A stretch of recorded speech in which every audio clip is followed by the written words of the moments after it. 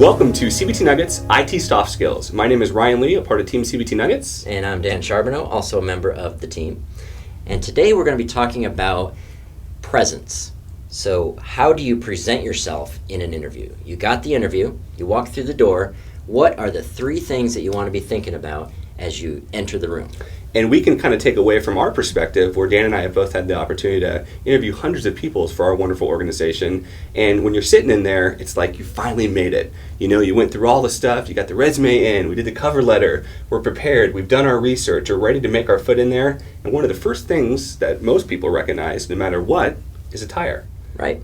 Now, what is the appropriate attire? Now, you might think, well, it's a suit, right? Because that's the most professional you can get. Not so.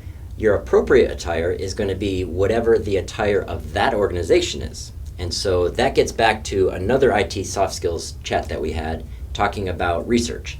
You research the company, you find out what they wear, and you try to mirror and mimic what they wear with what you're wearing. So you want to be comfortable, you want them to be comfortable, and when one person is dressed different than another, it tends to cause a little bit of, a little bit of uncomfort.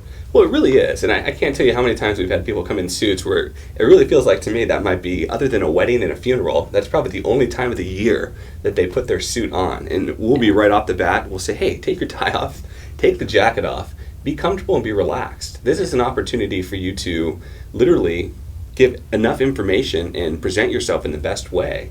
So make sure that you're comfortable. And we're not saying you need to come in shorts and a t-shirt, but hey, to Dan's point, if it's a place like Tommy Bahama and they're all wearing Tommy Bahama shorts and Tommy Bahama t-shirts, dress appropriate, but make sure that you're kind of aligned. And then the second thing that we'd like to talk about. Second thing is how you carry yourself. So you got to understand that the people interviewing you are just as excited to see you as you are excited to see them. I mean, I look forward to the interviews because I can't wait to see if we have another, really positive addition to the team.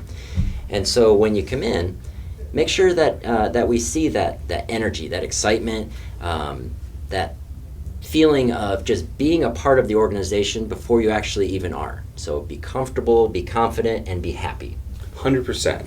You are how you act. It really is. And it's one of those first things that we see. If you need to have a cup of coffee in the morning, if you're somebody that needs to work out to have that energy, do all the normal things that you would do to put your best foot forward. Because when you walk in there, we want you excited. We want to feel the same excitement. To Dan's point, we're pumped. We think we've got another great team member to change the world in what we always try to do. We want you to ooze that. It's really difficult. We've had many interviews where people are just really monotone and you can't tell if they're excited or not. They might be so excited, but they just don't feel comfortable showing that.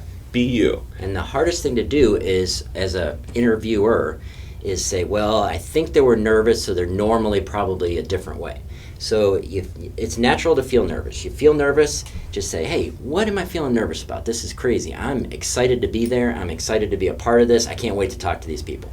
And so for me, a little bit of an introvert, I would, typically if I got nervous before an interview or anything else, I'd kind of get mad at myself. Why am I getting nervous? This is crazy. This is something that I want. And so just remember that the people that you're interviewing either A, are your friends and people that you like to be around, or B, are not going to be in the company that you work for because you're not going to like that job, right? Exactly. You have just as much power. You got to remember that. It's not always two-sided that you always think. And then the third thing, which I think we can always use, all of us in everything in life, is really listening. You really need to be an active listener as you start listening to what they have to say. It's amazing how many people we see come in with these canned answers and they're just ready to and they don't even listen to the question that you're asking because they're so on the jump. Take your time, take a deep breath, and actually listen to what those questions are. No one's expecting you to have every right answer right at the tip of your tongue. We would much prefer to see someone take the time, really think about it, process it, and then come back with the answer that means the most to them or really aligns with the actual question that we've asked. You make the eye contact, you listen as they're talking, you stop after they're talking, you think about it, you make your response. I mean, some of these gestures show that you're actually listening. Some people listen really well and they can start their sentence while the other person is finishing their sentence, but it sure doesn't feel like you're listening. So you'll never listen your way out of a job. 100%. And the fourth thing and the last little tip that we have both found in our career that I think used to be the standard is be there 30 minutes early or be there 15 minutes early. You don't need to do that. You know how busy everyone is in life? We've all got our phones, we've all got our calendars. If someone asks you to be there at 10 o'clock, make sure you know where it is, do the research so you're ready, make sure you plan for traffic, but walk in there at 9:55. You don't need to be there at 9:30, because then we feel the pressure of wanting to speed up what we're doing to make sure that we can come get a chance to start that interview a little bit earlier, and it just doesn't set it off right. I mean, I think that was a great thing back in the 50s and the 60s, but today, Yeah, show up on the time. being too early is a negative. It's not that you don't have to, it's that you shouldn't. So you get there 15 minutes early because you never know what traffic's going to be like, but you sit in your car, and when it's 9:55, 9:58, 9:59, you walk through the door so you're punctual. 100%. All right, so we promised 3 things. We actually covered 4. Haha, a little extra. That's how good we are. So number 1, you want to make sure that you're wearing the appropriate attire. The appropriate attire is dictated by whatever the appropriate attire for that particular company is. Number 2, Make sure your presence is your presence. Make sure that when you're walking in that room, you're carrying yourself at the best.